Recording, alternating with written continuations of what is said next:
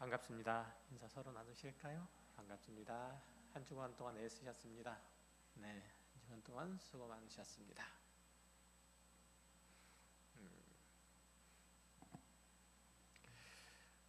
날씨가 몹시 덥습니다.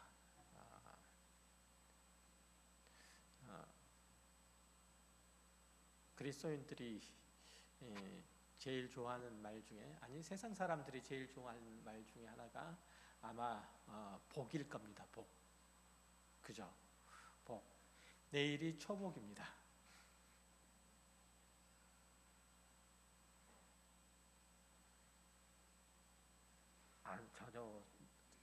전혀 느낌이 없으신가 봐요. 내일이 초복이라고요. 죄송합니다.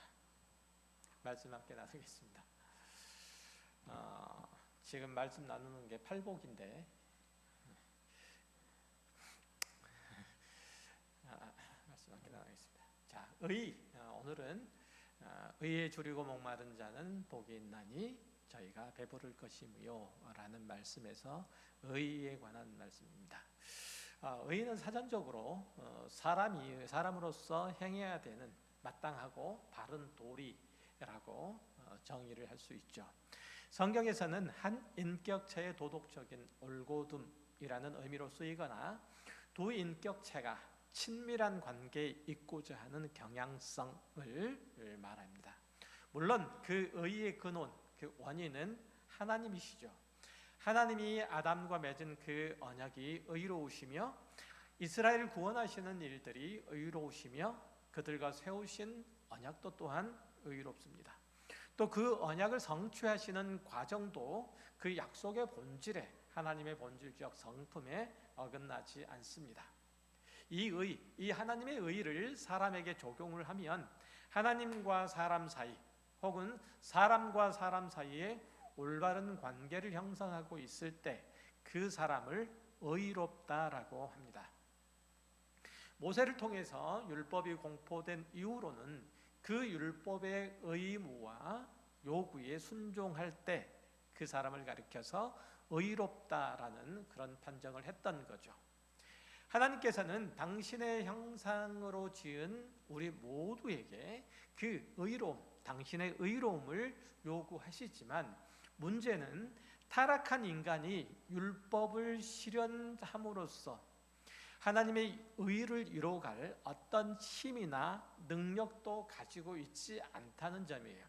그래서 하나님이 의로우신 아들을 이 세상에 보내시고 그의 속죄의 행위를 통해서 그 의가, 그리스도의 의가 사람에게 부어지고 이것을 그리스도의 의의 전가라고 말합니다. 그리스도 예수의 대속의 은혜는 죄 아래에 있는 사람에게 지어진 모든 율법의 요구를 만족시키며 하나님과 그 사람과의 관계를 회복해 했죠. 이로 인해서 그리스도 예수 안에 있는 사람은 하나님 앞에서 의롭다고 인정을 받으며 그 구원을 선물로 받습니다. 그리스도 안에 있는 모든 자들은 이 하나님의 의로우심에 대한 경험들이 있고 또 이해도 가지고 있어요. 그래서 이 의를 얻고자 하는 열망들이 늘 있지만 그것을 스스로 만들어낼 수 없는 실제적인 부분에서의 절대적인 한계의 무력감에 늘 부딪혀요. 오늘 본문에서 말하는 의에 줄이고 목마른 자란 거듭난 사람에게 있는 올바른 생활, 하나님 앞에서 올바른 생활, 거룩한 삶에 대한 소망을 가진 자예요. 그러니까 하나님의 의로우심과 선하신 모습을 담고자 하는 성도의 영적 갈급함, 갈증을 가리켜 의에 줄이고 목마르다라고 얘기를 하죠. 이에 대한 아주 좋은 예가 있어요. 시편 42편 1절에서 5절까지만 제가 읽어드릴게요. 하나님이여 사슴이 시냇물을 찾기에 갈급한 같이 내 영혼이 주를 찾기에 갈급하나이다. 내 영혼이 하나님 곧 살아계시는 하나님을 갈망하나니 내가 어느 때에 나아가서 하나님의 얼굴을 배울까. 사람들이 종일 내게 하는 말이 내 하나님이 어디 있느냐 하오니 내 눈물이 주야로 내 음식이 되었도다. 내가 전에 성의를 지키는 무리와 동행하여 기쁨과 감사의 소리를 내며 그들을 하나님의 집으로 인도하였더니 이제 이 일을 기억하고 내 마음이 상하는도다. 내 영혼아, 내가 어찌하여 낙심하며 어찌하여 내 속에서 불안해하는가? 너는 하나님께 소망을 두라. 그가 나타나 도우심으로 말미암아 내가 여전히 찬송하리로다.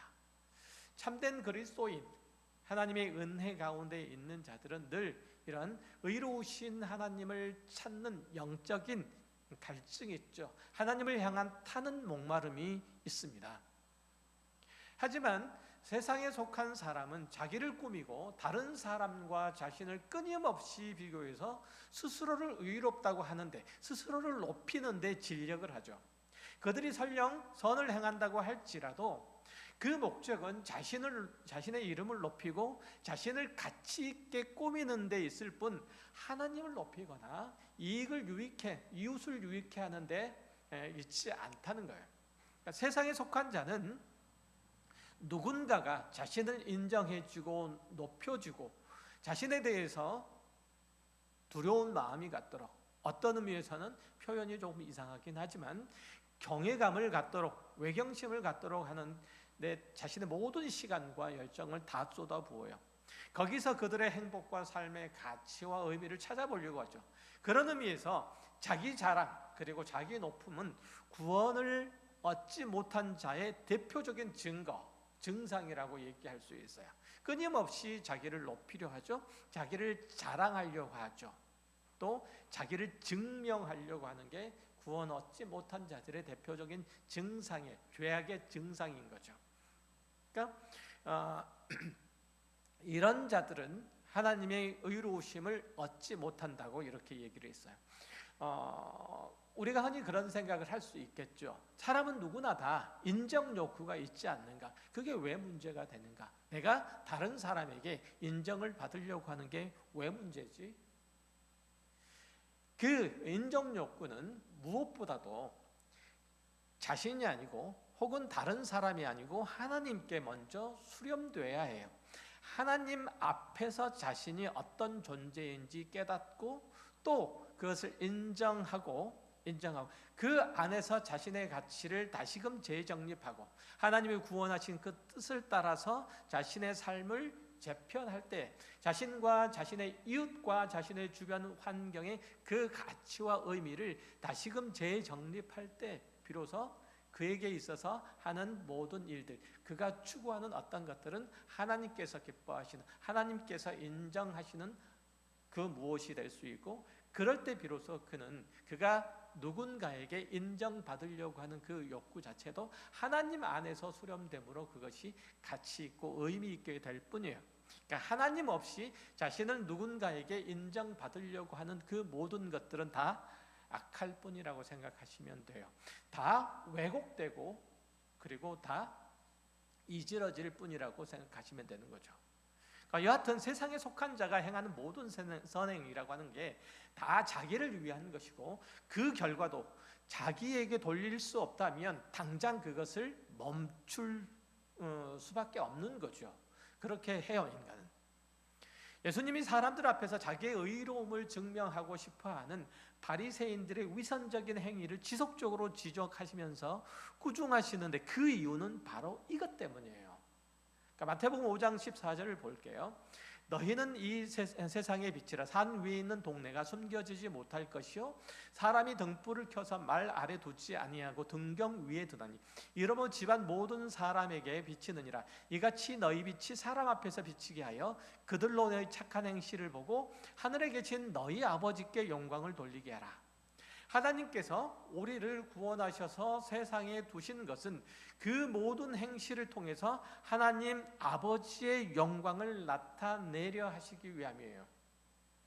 그러니까 우리가 누군가에게 선을 행한다는 것, 의를 행한다는 것, 그 모든 것들을 통해서 자신의 영광, 자신의 자랑, 자신의 증명이 아니고 하나님께 영광을 돌리기 위함이에요. 이해되시죠? 여기서 보는 것처럼 그들로 너희 착한 행실을 보고 너희에게 영광을 돌리게 하라가 아니고 너희 하늘에 계신 너희 아버지께 영광을 돌리게 하라, 이거예요. 하지만 바리새인들이 율법의 행위에 열심이었던 이유는 자기 자랑, 자기 영광, 자기 권세를 얻기 위함이었다는 거예요. 그들의 행위가 문제가 아니고 그들의 행위의 근거가 문제였던 거죠. 그래서 방금 읽은 말씀에 이어서 꼭 이렇게 찍어서 말씀하세요. 내가 너희에게 이르노니 너희 의가 서기관과 바리새인보다 낫지 못하면 결단코 천국에 들어가지 못하리라.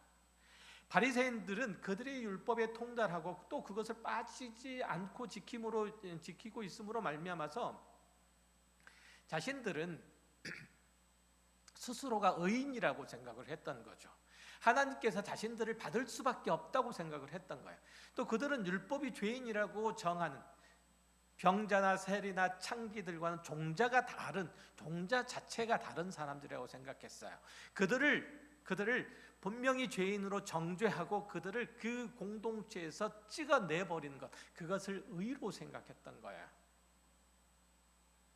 그들이 그토록 철저히 율법을 지킨 것은 자신들과 다른 사람들, 죄인이라고 불려지는 사람들과 구분하기 위한 수단이었고 자기 자랑을 하기 위한 거칠에 불과했던 거예요. 자신이 하나님의 율법 앞에서 완전 무결하다는 사실을 사람들에게 공포하고 싶었던 거예요. 증명하고 싶었던 거예요. 그래서 악인, 죄인이라고 여겨지는 모든 사람과 그 사람의 행실에 대해서 다 찍어내버리는 거죠. 하나님을 믿는 신앙의 본질적인 행위인 거룩을 추구하거나 하나님의 의로우신 성품을 닮아가려고 하는 그런 수고나 헌신이나 노력, 이런 차원에서 그들은 그런 행위를 했던 게 아니에요. 만약 그랬더라면 그들이 죄인들을 향해서 나는 저 사람들과 달라 이렇게 말하지 못했을 거예요. 그들의 모든 종교적인 헌신이나 열심은 자기들의 종교적인 기득권을 유지하거나 자신의 정치적인 영향력을 확대하거나 공동체 안에서 발언권을 강화하려는 그런 수단에 불과했던 거예요. 종교적인 열심을 다 내세워서 다른 사람 위에 군림하려고 하는 태도는 비단 바리새인뿐만 아니라 유대 사회의 전반적인 분위기였어요. 그러니까 그들이 자기들의 외적 생활에서 의로움이라고 하는 걸 추구했던 것도 자기를 위한 것이었을 뿐 하나님의 의로우심을 닮은 결과가 아니었다는 거죠. 만약에 그랬더라면 유대인들은 자기 열심과 행위를 근거로 해서 율법 밖에 있는 사람들을 멸시하거나 조롱하지 않았을 거예요. 오히려 그들을 긍휼히 여기고 하나님의 사랑으로 감싸 안았을 거예요. 하나님의 의로우심은 그 해를, 그 비를 의인과 악인에게 고루 내리시는 의로우심이 하나님의 의로우심이에요. 로마서 10장 1절부터 4절까지를 볼게요. 형제들아, 내 마음에 원하는 바와 하나님께 구하는 바는 이스라엘을 위함이니 곧 저희로 구원을 얻게 함이라. 내가 증거하노니 저희가 하나님께 열심히 있으나 지식을 쫓는 것이 아니라 하나님의 의를 모르고 자기 의를 세우려고 힘써 하나님의 의를 복종치 아니하였느니라. 그리스도는 모든 믿는 자에게 의를 이루기 위하여 율법의 마침이 되시느니라. 유대인들은 열심히 하나님을 섬겼어요. 율법도 잘 지키고 절기 때마다 제사도 잘 드리고 예루살렘을 순례하고 가난한 자를 위한 구제도 또한 했어요. 그렇게 그들은 자기들의 의를 따라서 살려고 했던 거예요. 하나님의 의가 아니고 자기들의 의를 따라 살려고 했던 거예요. 그러니까 그게 자기를 높이고 또 자랑하고 확인시키는 그런 의였을 뿐 하나님과 친밀한 관계와 교제 안에서 나온 의는 아니었어요. 그러니까 하나님과 교제함으로써 하나님의 의로우신 성품이 내 안에 스며들어서 그 하나님의 의로우신 성품이 나의 것이 되고 그것으로 다른 누군가를 섬기고 사랑하고 교제하고 친밀한 관계를 맺어가는 그런 의는 아니었다는 거예요. 하나님의 의라고 하는 것은 오직 예수 그리스도를 통해서 우리에게 나타났고 그분의 인격과 삶을 통해서 설명되었고 그의 십자가의 고난과 죽으심을 통해서 완성되었기 때문에 하나님의 의 가운데 사는 자는 반드시 그리스도의 인격과 삶을 닮은 모습으로 나타나야 돼요. 그리스도의 십자가의 죽으심으로 나타나야 되는 거예요. 하나님의 하나님 되심은 무엇으로 나타났어요? 여러분이 하나님 그러면 어떤 하나님을 가장 먼저 기억합니까? 그 아들을 우리를 위해서, 우리 같은 죄인을 위해서 내어주신 하나님이잖아요. 그게 하나님이세요. 그게 하나님의 의로우심이세요. 그런데 유대의 서기관과 바리새인들은 자기들만의 의의 기준들을 마련해놓고 거기에 부합하지 않는 자들을 정죄했던 거예요. 하나님이 어떤 분이신지에 대해서 진지하게 고민하고 알아가고 교제하려고 하기보다는 그들의 조상 때부터 내려온 종교 윤리와 전통에 위배되는 이들이 그들을 다 자신들의 공동체에서 쫓아내기에 바빴던 거예요. 하나님의 뜻에 합당하게 살지 못하는 자기의 삶들을 비통해 하는 것이 아니라 하나님 앞에서, 사람 앞에서 자신을 온전히 세우려고 애를 쓰는 게 아니라 자기들이 정해놓은 종교적인 관습 그리고 규율을 들이대서 상대방을 흠잡고자 하는 거예요. 이런 자들이 하나님의 의로우심 앞에 자신을 세우고 그리고 거기에 미치지 못함으로 해서 의에 줄이고 목말라 아우성을 칠 수가 없는 거죠.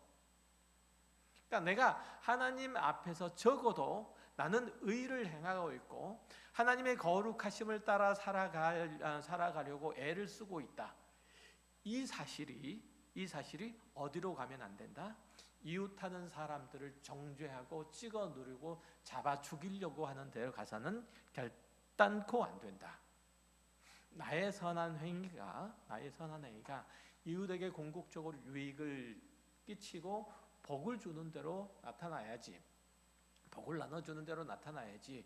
그것이 다른 사람들의 약호를 죽이고 삶의 가치를 떨어뜨리고 자존감을 무너뜨리는 형태로 가면 안 된다.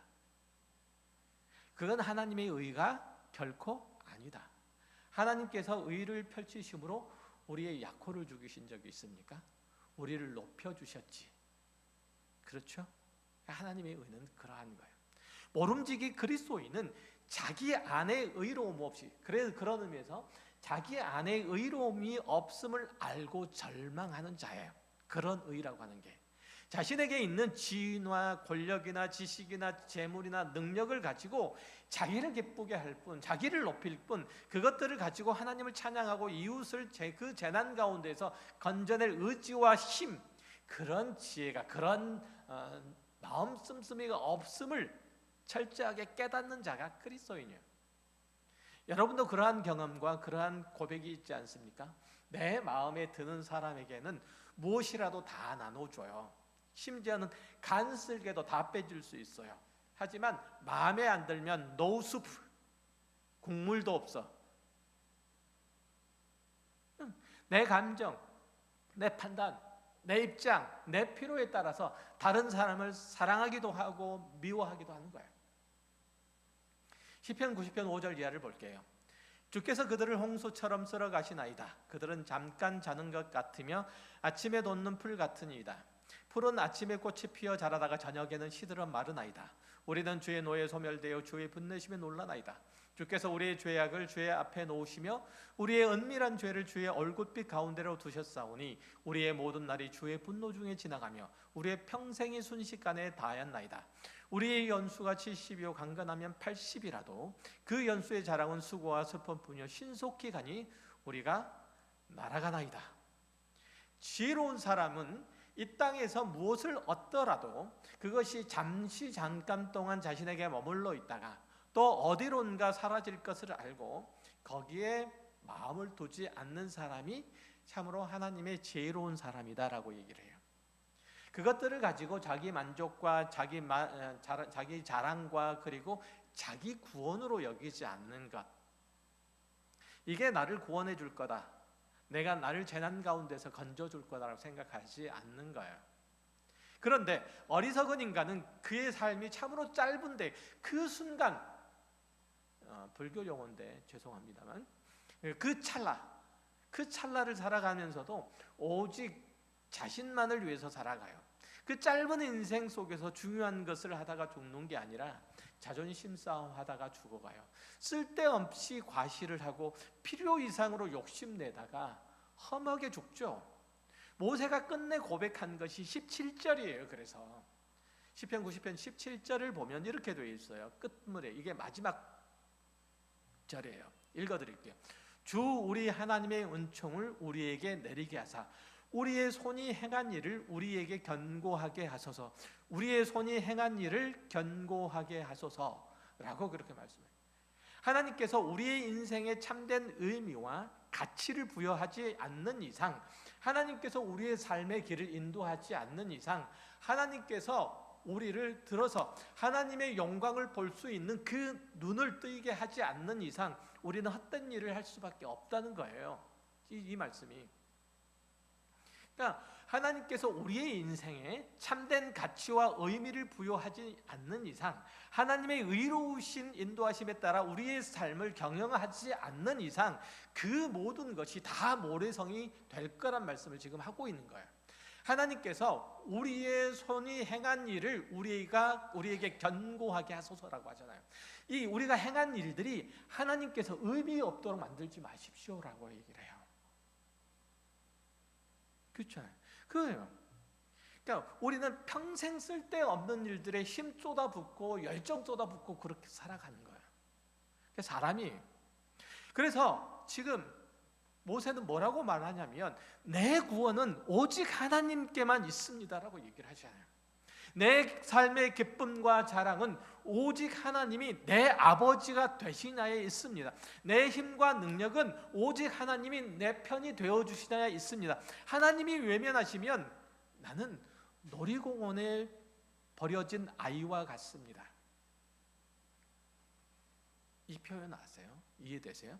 하나님께서 나를 외면하시면 나는 놀이공원에 버려진 아이와 같습니다. 아무리 재미있는 놀이기구가 뱅뱅 돌아가고 있고 손에 솜사탕 풍선이 들려 있어도 내 안에는 공포감만 몰려오는 거잖아요.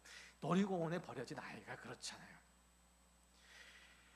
이런 하나님께 대한 절대 의존적인 그 마음을 보이는 자만 하나님의 생명 가운데로, 하나님의 진리 가운데로 인도된다고 얘기를 해요. 의에 줄이고 목마른 자란 이런 거예요. 하나님 품 밖에서 얻은 행복과 배부름과 즐거움, 이거 모든 것들을 무익한 것으로 여겨 하나님께 붙어 있고 그 안에서 만족과 기쁨과 평안을 찾으며 구하는 사람. 다 있어도 나는 하나님 없으면 말짱 꽝입니다. 아멘 안 하세요? 그렇죠? 다 있어. 모든 것을 다 가졌어도 하나님 없으면 나는 말짱 꽝입니다. 하투판에 흑살이 껍데기입니다. 우리 자신을 포함해서 누구의 행복도 하나님 없이는 담보할 수 없어요. 그러니까 서두에서 정리해드린 바와 같이 우리 안에 참된 의가 없기 때문에 그래요. 참된 의는 오직 그의 아들을 십자가에 못 박으시고 우리를 긍휼히 여기신 하나님께만 있어요.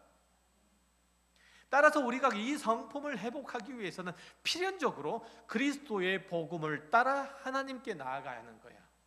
로마서 1장 17절에서 말한 바와 같이 복음에는 하나님의 의가 나타나서 믿음에 이르게 하나니, 그러니까 어떤 사람도 예수 그리스도를 통하지 않고서는 하나님의 의에 이를 수 없고 또한 그 의를 기뻐할 수도 없는 거예요.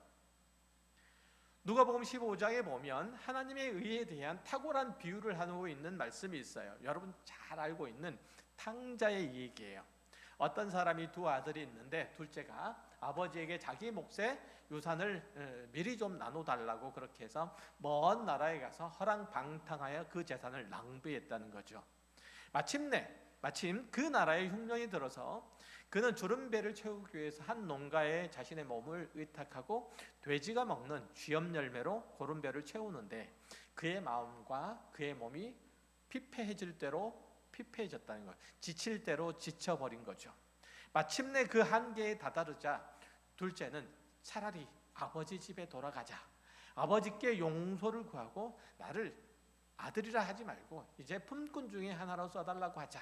차라리 그게 더 낫겠다라고 결심을 하고 그는 먼 길을 돌아서 고향으로 향했어요. 한편 둘째가 집을 떠난 후에 아버지는 동구 밖에 나가서 그 긴 세월을 하루처럼 기다렸다는 얘기가 있어요. 멀리서 아들이 오는 것을 보고 먼저 달려가 아버지가 아들을 먼저 보고 달려가서 품에 안고 입을 맞추고 가장 좋은 옷을 입히고 손에는 상속자의 반지를 다시 끼우고 잔치를 벌이고 탕자와 같은 아들을 기쁨으로 맞아주었다라는 그 얘기죠. 너무 우리가 어렸을 때부터 많이 들었던 얘기예요. 우리가 이 비유를 통해서 알 수 있는 것은 아들이 아버지를 인정해 주지 않아도, 다시 말씀드려요, 아들이 아버지를 아버지로서 인정해 주지 않아도 아버지는 끝까지 아버지 노릇을 한다는 거예요. 아버지는 끝까지 신실하다는 거예요. 아버지가 아들에 대해서 끝까지 아비 노릇을 해 주시는 것을 신학적인 용어로 하나님의 의라고 얘기를 해요. 이 하나님의 의는 항상 그래서 그 아들에 대한 자비와 긍휼로 나타나요. 유대사에서의 상속은 아버지가 죽었을 때만 받을 수 있는 거예요. 다시 말해서 아버지한테 이 아들은 망발한 거예요. 아버지가 죽었다고 치고 저에게 유산을 넘겨주십시오라고 얘기를 한 거예요. 이런 호로 자식이 다 있나? 그때 당시 예수님의 이 이야기를 들었던 모든 유대인들이 다 그렇게 생각했어요. 그들의 문화 속에 있으니까 이거는 아들이 아버지한테 할 수 없는 말이에요. 그가 먼 나라에 가가지고 한 농가에 자신을 의탁해서 돼지를 치면서 돼지가 먹는 쥐염 열매를 먹었다는, 거기에 고른 배를 채웠다는 그 얘기를 듣고 그러면 그렇지, 이 사람의 말로가 좋을 리가 있나? 당연하다고 생각을 해요. 유대인 사람들 그 얘기를 들으면 이렇게 돼야지, 당연히 이렇게 돼야지, 이건 거예요. 그만큼 이 행위가 아버지의 그 신실함 아래서 이 무리한 아들의 그 행위가 아주 도드라지는 거예요. 그러니까 이렇게 아버지에 대한 의롭지 못한 자녀를 끝까지 아버지는 신실한 관계 속에서 대하는 거예요. 하나님의 자녀들에 대한 신실함은 이렇게 용서라는 자비로 나타나요. 그런데 그 자비가 아들의 회개를 일으킨다는 거예요. 여기서 우리는 하나님의 긍휼이 우리의 회개에 앞선다는 사실을 발견해야 돼요. 늘 그래요. 우리가 회개해야 아버지께서 용서하시는 것이 아니고 아버지의 긍휼하심은 우리를 회개를 불러일으킨다는 거예요. 아버지는 언제나 아들에게 자비롭기 때문에 그것이 아들의 회개할 기회를 계속 만들어준다는 점, 이 점이 탕자의 비유에서 굉장히 강조되는 부분이기도 해요. 곧 하나님께서 우리에게 대해서 아빠 노릇을 해주심, 그것이 바로 우리에게 자비로 나타난다. 그래서 드디어 우리가 하나님 앞에 우리의 죄를 고백하고 용서를 빌 수 있게 되었다는 거예요. 우리가 마음으로 그 기특한 생각과 마음들을 품어서 그런 게 아니란 말이죠. 그렇죠. 하나님의 의는 우리에게 아빠 노릇을 해줌으로써 나타나는 거예요. 우리는 하나님도 이겨먹으려고, 다 믿지 않으려고 두 눈을 부릅뜨고 신앙생활을 하는데 그렇잖아요. 하나님은 탕자 같은 우리에게도 용서하고 지고 기다리신다는 거죠. 우리가 이만큼 사는 것도 용서하시고 기다리시고 그럼에도 불구하고 은혜를 베푸시는 하나님의 사랑 때문이에요. 이 은혜도 모르는 놈을 개패듯이 패서 내쫓아라 라고 말씀하신 게 아니라 상속자의 반지를 끼우고 살찐 송아지를 잡아서 잔치를 여신 하나님의 의예요. 시편 133편에도 하나님의 의가 잘 드러나 있어요. 8절부터 14절까지만 읽어드릴 텐데, 오늘 제가 예배할 때 처음부터 끝까지 읽었던 이 시편 말씀이, 강독했던 말씀이 시편 103편이에요. 예배 시작 부분에 시편 강독하잖아요. 시편 103편이에요. 8절부터 14절 시간이 없으니까 읽어보겠는데, 어쨌든 전체를 댁에 가셔서 꼭 읽어보세요. 곱씹어보세요. 여호와는 긍휼이 많으시고 은혜로우시며 노하시기를 더디하시고 인자하심이 풍부하시도다. 자주 경책하지 아니하시며 노를 영원히 품지 아니하시리로다. 우리의 죄를 따라 우리를 처벌하지는 아니하시며 우리의 죄악을 따라 우리에게 그대로 갚지는 않으셨으니 이는 하늘이 땅에서 높음같이 그를 경외하는 자에게 그의 인자하심이 크심이로다. 동이 서에서 먼 것 같이 우리의 죄과를 우리에게서 멀리 옮기셨으며 아버지가 자식을 긍휼히 여김같이 여호와께서는 자기를 경외하는 자를 긍휼히 여기시나니 이는 그가 우리의 체질을 아시며 우리가 단지 먼지뿐이심을 기억하심이로다. 하나님께서 우리를 아신다는 거죠. 우리가 어떤 존재인지, 우리가 얼마만큼 연약한 존재인지, 쓸모없는 존재인지, 우리가 단지 먼지뿐이라는 거예요. 하나님 앞에서는 우리는 무익한 자요 무지한 자이지만 그분이, 하나님이 우리의 체질을 아시며 우리가 불면 날아가 흔적도 찾을 수 없는 먼지뿐임을 기억하시고 불쌍히 여기신다는 거예요. 하나님의 의의는 옳고 그름을 냉정하게 판단하시고 그 결과를 단호하게 적용해버리시고 끝내시는 그 의의가 아니에요. 그 이상 하나님은 높고 크신 분이시죠. 둘째는 이미 그 아들됨을 포기했잖아요. 아버지께 돌아올 때 아들로 돌아온 게 아니라 품꾼 중에 하나로 돌아온 거예요. 하지만 아버지는 한순간도 그 아들을 포기한 적이 없어요. 그 아들을 잊은 적이 없다는 거예요. 아들이 집을 떠난 날부터 돌아오기를 기다렸어요. 왜냐하면 아버지는 집을 떠난 둘째가 먼 타지에 가서 혼자 힘으로 살 수 없으리라는 것을 알고 계셨기 때문에 그래요. 우리가 어떤 존재인지 알고 계세요. 그래도 아들을 떠나보낸 것은 시간이 걸려서 먼 길을 돌아오더라도 아들의 온 마음으로 아버지를 인정하고 사랑해 주기를, 아버지를 경외해 주기를 원하셨기 때문이에요.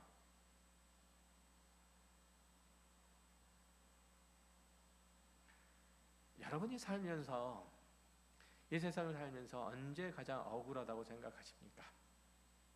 내가 그런 대접을 받을 사람이 아닌데 저놈이 나를 홀대하더란 말이죠. 나는 15만 원짜리 회 사줬는데 저놈은 나한테 고작 7천 원짜리 짜장면 사주네. 기분 나쁘잖아요. 오랜만에 고등학교 동창회 갔는데 학교 다닐 때 그야말로 아싸인 친구가 명품으로 온몸을 갖고 나와가지고 온갖 교양 있는 체 다 하더니 나한테 와서 얘 누구 아니니? 이러고 있다가 근데 네 남편 뭐하니? 묻는데 자존심이 상해서 혼냈다는 거죠. 밥도 대충 먹는 둥 마는 둥 하고 집에 와서 집에 돌아왔는데 최근 명예퇴직한 남편이 넌시셔츠 바람으로 거실 소파에 앉아가지고 TV를 보면서 낄낄거리고 있는데 그렇게 원망스럽고 밉다는 거예요. 이런 간증 많이 들어보셨을 거예요. 그래도 내가 학교 다닐 때는 날렸었는데 남편 잘못 만나서 이 고생이다. 뭐 여자의 팔자는 뒤웅박 팔자라더니 그런 얘기 들어보신 적 있으시죠? 옛날 분들. 내가 그런가? 억울한 입장이죠. TV에서 하도 떠들어서 요즘은 별로 안 그러는데 과거에는 그 은메달 시상식에 올라 있는 한국 선수를 보면 무슨 대역죄인이나 되는 것처럼 고개를 푹 숙여 풀이 죽어 있는 모습들을 많이 볼 수 있었잖아요. 1등만 기억하는 더러운 사회라 선수들도 지는 연습을 안 한 거예요. 다음을 기다릴 여유도 없는 거예요. 이번에 금메달을 못 따면 큰일인 거예요. 그러니 한국 선수에게 상대방을 인정하는 그런 여유, 그런 미덕은 없는 거예요. 상대방이 악수를 하자고 청하는데도 그 악수 청하는 그 손을 보지 못할 정도로 그는 풀이 죽어 있는 거예요. 지는 연습을 해야 되죠. 이기지 못해서 코를 씩씩 불면 안 돼요. 억울하면 방문 잠궈 놓고 하나님 앞에서 우세요. 하나님 쟤 좀 혼내주세요. 이러지 말고 하나님 내가 아직도 살아있습니다. 내가 죽어서 저 사람이 행복할 수만 있다면 그렇게 나를 내어줄 수 있도록 해주십시오. 내가 하나님의 의를 한 자락이라도 닮았으면 좋겠습니다. 그 아들을 내어주신 하나님의 의. 이게 우리의 기도 제목이에요. 평생에 걸친 기도 제목이어야 돼요. 다른 무엇으로 기도하시겠어요? 현대에도 많은 사람들이 이런저런 이유로 신앙을 가져요. 평안과 안녕과 복을 얻기 위해서 각자가 믿는 신에게 빌죠. 돈에 목마르고 성공에 목마르고 인정받는 데 목마르서 열심히 자기 신을 불러요. 하지만 그 어떤 사람도 의에 목마르지는 않아요. 기독교인들도 거의 마찬가지예요. 십자가 위에 그리스도처럼 하나님의 뜻에 온전히 순종함으로 이웃을 용서하고 자비를 베풀어 줌으로 의를 나타내고 싶지만 내 안에 그것이 없어서 몸부림치는 모습을 찾아볼 수가 없는 거예요. 그러니까 선을 행할 만한 그런 마음들은 행여 있을지라도 선을 행할 능력이 없어서 몸부림치는 거예요. 몸소리치는 거예요. 그 아들을 십자가에 못 박은 하나님의 의로우심을 닮으려고, 그래서 내 혈기를 죽이려고 금식함으로써 머리를 조아리는 그런 진실한 성도를 찾기가 드물다는 거예요. 제자들은 생존을 위한 모든 수단들을 다 버리고 예수님을 쫓았어요. 그러나 주님은 그것보다 훨씬 더한 것들을 요구하셨죠. 뭘 요구하셨죠? 누구든지 나를 따라오려거든 자기를 부인하고 자기 십자가를 지고 목숨 걸고 날 따라라, 이 말씀이잖아요. 예수를 믿는 자들은 누구나 다, 여기에는 모두 다, 누구나 다 그의 제자인데 그 제자의 길은 자기를 버리는 거래요. 기독교 신앙은 내 안전을 지키고 내 생존 수단을 지키고 내 자존심을 지키고 내 미래를 지키는 것이 아니라 오히려 그 모든 것들을 버려야 비로소 기독교 신앙생활이 시작된대요. 제자된 삶이 시작된대요. 내 안에 의로운 것이 없으므로 하나님께 전적으로 매달려서 그의 의를 얻어야 오늘을 살아갈 희망이 생긴다는 태도로 기도하고 의지하는 자가 의에 줄이고 목마른 자래요. 회심하기 전에 바울은 세상이 요구하는 거의 모든 것을 다 소유했던 사람이에요. 하지만 그가 가진 모든 소유로 그가 뭘 했죠? 다른 사람을 잡고 죽이는 데 사용했어요. 그것을 알고 그 모든 것을 그는 배설물로 여겼다는 거잖아요. 여러분이 무엇을 가졌더라도 어느 자리에 있더라도 얼마를 배웠더라도 그것이 하나님의 의로 덧입혀지지 않으면 그것들은 단지 자기의 유익과 자랑과 만족을 위해서 상대방을 죽이는 도구로만 사용될 뿐이에요. 하나님의 의로 덧입혀지지 않으면. 하나님의 나라의 백성의 특징은 의의 외침에 눈 감고 사는 것과 정반대예요. 하나님의 의가 자신을 통해서 펼쳐지기를 간절히 소망하고 그것이 이루어지는 것을 보는 게 이 세상에서 성공하고 부를 차지하고 명예를 얻는 것보다 훨씬 더 복된 일인 줄 알고 그것을 보려고 부단히 애를 쓰는 자들이에요. 다른 것은 다 놓치더라도 하나님의 의로우심이 단 한 번만이라도 내 삶에 실현되었으면 좋겠다라는 갈망을 가지고 사는 사람들이죠. 그렇죠. 성도란 모름지기 하나님은 자비로우시며 긍휼이 풍성하시며 노하기를 더디하시는 분이시므로 그분이 받아주시고 도와주실 것을 알고 그분께 피하고 그 의로우신 성품이 자신의 생활에 나타나도록 그 삶의 궤도를 수정받는 사람들, 이 사람들을 성도라고 얘기를 해요. 하나님의 의를 얻는 것이 자신의 배부름으로 여기는 것, 이게 성도래요. 사람이 밥을 먹어야, 그렇죠? 탄수화물을 먹어야 힘을 얻는 것처럼 그리스도인은 하나님의 의를 입어야, 하나님의 의를 먹어야 힘을 얻는데요. 그 얘기잖아요. 쉽게 얘기하면 의에 줄이고 목마른 자는 복이 있나니 저희가 하나님으로 힘을 얻을 것이다. 하나님으로 배불러질 것이다. 이 말씀을 하는 거죠. 우리가 하나님의 나라를 사는데 진짜 생필품은 하나님의 의예요. 하지만 이 의가 우리 안에 없음을 알고 그것으로 인해서 줄이고 목말라하고 그것을 얻으려고 끊임없는 몸부림과 애통해함으로 우리들에게 주어진 시간들을 메워가야 돼요. 우리의 골방을 지켜나가야 돼요. 골로새서 3장 19절부터 17절은 의를 택한 우리의 삶의 방향성들을 잘 말씀해줘요. 이 말씀으로 오늘의 결론을 삼고자 해요. 함께 읽어보도록 하겠습니다. 골로새서 3장 9절로 17절 다 같이 함께 읽겠습니다. 그러므로 너희는 하나님의 택하신 거룩하고 사랑하신 자처럼 긍휼과 자비와 겸손과 온유와 오래 참음을 옷 입고 누가 네게 혐의가 있거든 서로 용납하여 피차 용서하되 주께서 너희를 용서하신 것과 같이 너희도 그리하고 이 모든 것 위에 사랑을 더하라.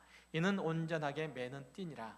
그리스도의 평강이 너의 마음을 주장하게 하라. 평강을 위하여 너희가 한 몸으로 부르심을 받았나니 또한 너희는 감사하는 자가 되라. 그리스도의 말씀이 너희 속에 풍성히 거하며 모든 지혜로 피차 가르치며 권면하고 시와 찬미와 신령한 노래를 부르며 마음에 감사함으로 하나님을 찬양하고 또 무엇을 하든지 말이나 일이나 다 주 예수의 이름으로 하고 그를 힘입어 하나님 아버지께 감사하라.